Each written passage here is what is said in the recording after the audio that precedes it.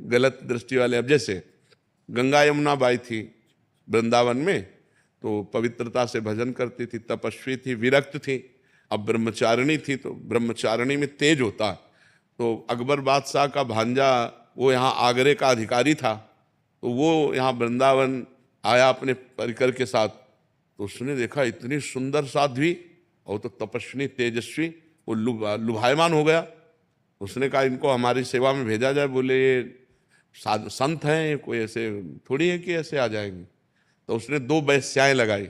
अब आप विचार करो कि इनको किसी भी तरह हमारे महल में लाओ। तो वेश्याएं साधु वेश धारण किया और वहाँ सत्संग करने लगी, बैठने लगी, सुनने लगी, प्रणाम करना, और रोज जाने लगी। 10-15 दिन रोज गई और एक दिन नहीं गई, फिर दूसरे दिन गई। तो पूछना बनता है ना कि आप 10 दिन से रोज आ रही थी, आई नहीं आप। तो उनका हमारे यहाँ एक बहुत बड़े संत आए हैं, हम उनकी सेवा में कल थी इसलिए नहीं आ पाए, आप चलेंगी क्या?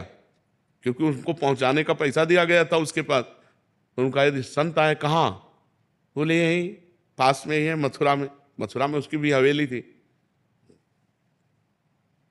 चलो, सोचा कि संतों से मिलने में क्या। अब गए तो हवेली, तो उन्होंने सोचा संतों को हवेली और झोपड़ी से क्या मतलब, आए होंगे तो हवेली भी रख दिया होगा। अब ये ही हवेली के अंदर उसे बाहर से सिटकिनी लगा दी वैश्याओं ने, वो तो पैसा के लिए थी।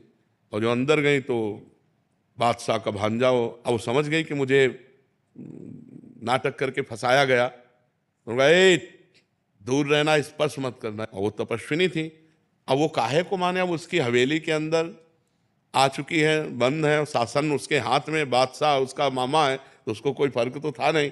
वो जे ही आगे बढ़ा तो उन्होंने श्री हरिवंश श्री हरिवंश श्री हरिवंश जे ही नाम पुकारा। रसिकनंद वाले में चरित्र है श्री हरिवंश से। सोई उसको दिखाई दिया कि बाई जी की जगह बबर शेर, और दहाड़ करके उसको पैजामा गीला हो गया, लघुशंका कर दिया, बेहोश हो गया। और बाई जी अंतर ध्यान यहाँ वृंदावन में